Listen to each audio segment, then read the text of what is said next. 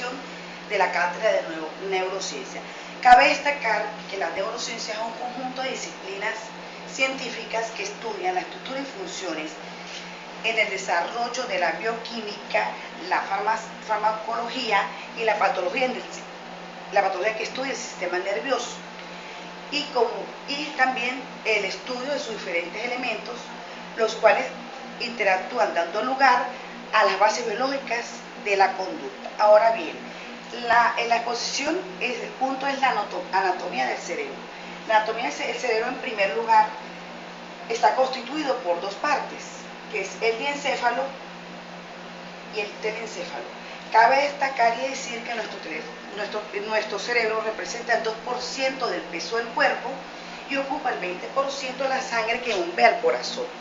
El cerebro tiene un volumen de 1.350 a 1.500 centímetros cúbicos, un peso aproximado de 1.200 a 1.400 gramos y un diámetro que mide 14 centímetros de ancho, 13 de alto y una parte longitudinal que es anteroposterior de 17 centímetros. El cerebro tiene a su cargo también las funciones motoras, sensitivas e integradoras. El cerebro tiene tres zonas. Las zonas son la anterior, la media y la posterior. En la zona anterior conseguimos que es el centro del proceso mentales más elevados y se componen de dos hemisferios conectados ambos entre sí por un conjunto de fibras, y esas fibras es llamado entonces el cuerpo calloso, que permite el funcionamiento unitario de cada uno de ellos. Ambos están recubiertos por una corteza, que ella es lisa y a su vez tiene 2 milímetros de espesor. Esta corteza es un manto de tejido nervioso que cubre la superficie del hemisferio. Tenemos entonces dos hemisferios, hemisferio izquierdo y hemisferio derecho. El hemisferio izquierdo es aquel que está especializado en producir y comprender los sonidos del lenguaje, también el control de los movimientos y los gestos de la mano derecha. También él es secuencial, lineal, numérico, entre otros. Mientras que el hemisferio derecho es especialista en percibir los sonidos. No tiene nada relacionado con la lengua, sin embargo, sí con la música, el llanto, entre otros. Tiene percepción táctil y tiene localización espacial de los objetos. Es simultáneo, asociativo y sintético. Ahora bien, en esta figura 3 vamos a hablar de los lobos cerebrales. Los lobos cerebrales son áreas de la corteza cerebral delimitadas por cisuras primarias. Anatómicamente el cerebro se divide en 4 lóbulos. Tenemos el lóbulo occipital, el lóbulo temporal, el lóbulo frontal y los lóbulos parietales. Cuando hablamos de los lóbulos occipitales, ellos reciben y analizan las funciones visuales. ¿Dónde está ubicado? En el caquete posterior del cráneo. Ahora bien, los lóbulos temporales son aquellos que gobiernan ciertas sensaciones, tanto visuales como auditivas. ¿Dónde está ubicado? Detrás de la cisura de Silvio.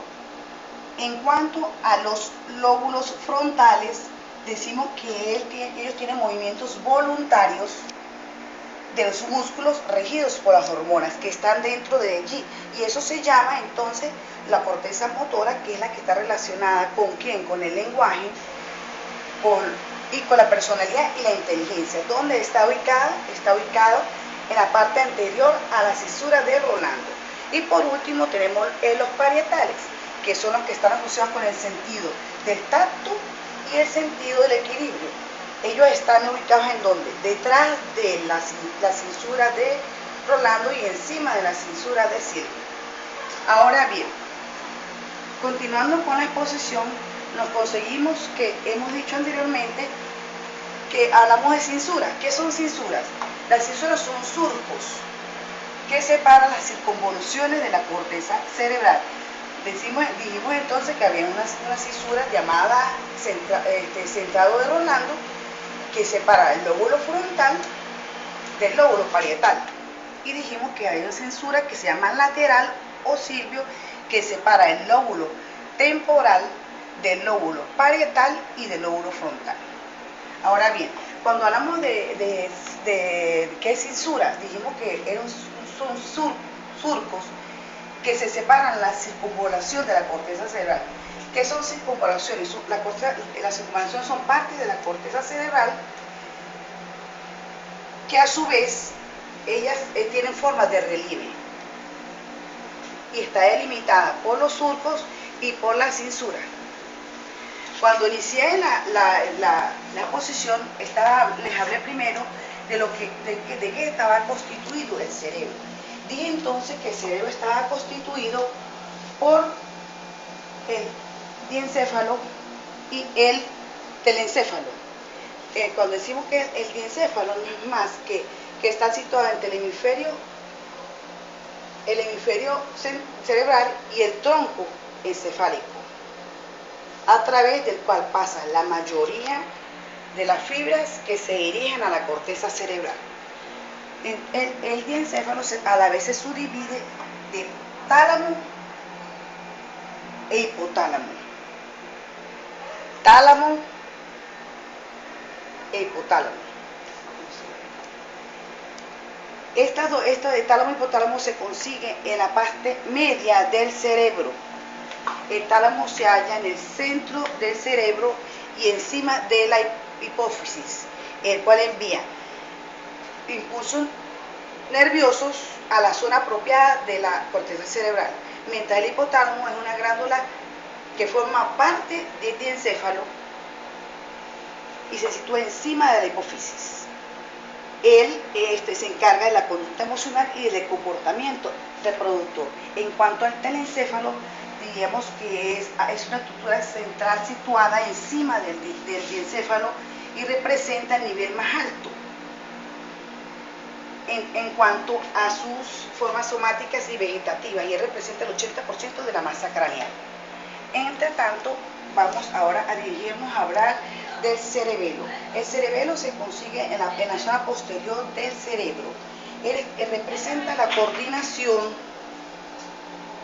motora y muscular. Está localizada frente a la fase craneal posterior y se sitúa delante de la protuberancia, que viene siendo la protuberancia y viene siendo el bulbo raquídeo.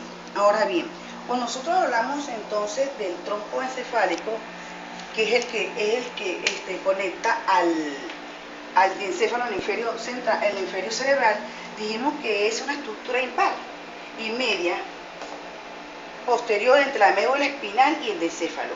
Esta a su vez tiene 3 segmentos. ¿Cuáles son los 3 segmentos? Lo serían el bulbo raquídeo, el puente baróleo y el mesencéfalo. Muchísimas gracias, espero que lo haya comparecido con la exposición. Buenas tardes.